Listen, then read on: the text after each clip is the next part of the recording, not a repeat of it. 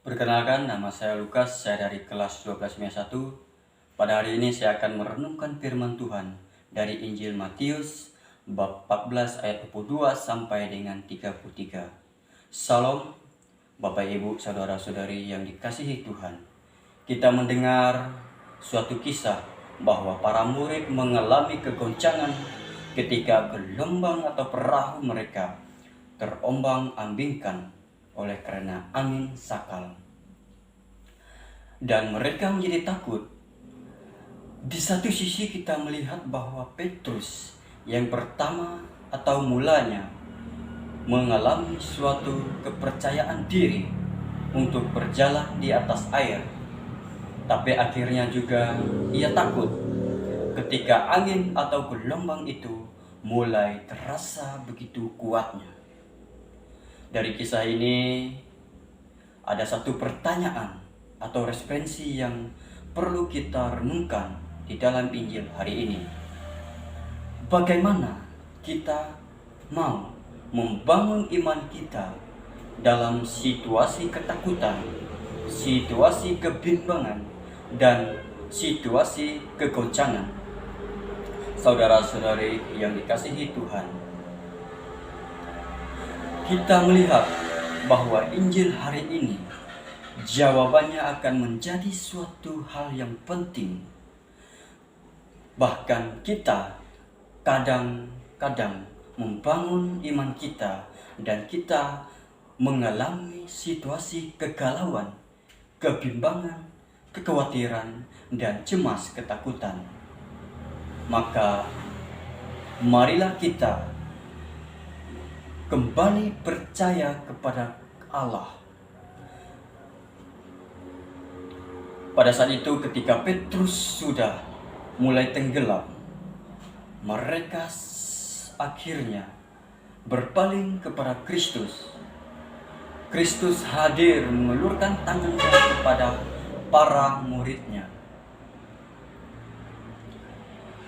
Tetapi situasi hidup kita kadang-kadang seperti para murid-murid Yesus. Dan seperti Petrus yang tidak percaya kepada iman kita. Bahkan di satu sisi kita juga sering mempertanyakan tentang apakah benar Allah itu selalu hadir di dalam hidup kita.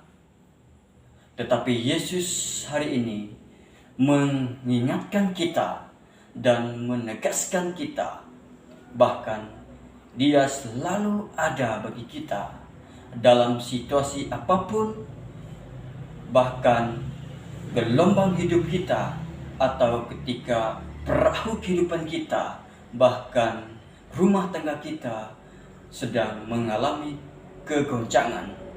Tuhan yang mengingatkan kita, berpalinglah kepadanya.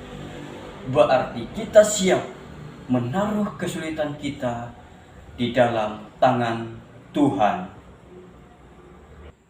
Saudara-saudari yang dikasihi Tuhan, Allah sungguh maha baik. Dia sang penolong, Dia sang penyelamat. Dia sang penyelamat. Ia menjadi pelindung bagi kita. Hari ini kita diundang untuk percaya kepadanya sebagai satu-satunya Allah, penolong, sang penyelamat akan cinta sejati. Ia menghalau semua keraguan yang ada di dalam hati kita. Ia menghampaskan segala keraguan yang ada di pikiran kita. Ia mengubah hidup kita menjadi tenang, dan Ia menyapa hidup kita. Hai anak-anakku, inilah aku, jangan takut, aku besertamu, sebab aku adalah Allah Immanuel, Allah besertamu. Tuhan akan selalu melindungi kita, memberkati kita dengan berkat-Nya yang berlimpah. Tuhan Yesus memberkati. Demikian khotbah renungan saya ucapkan terima kasih.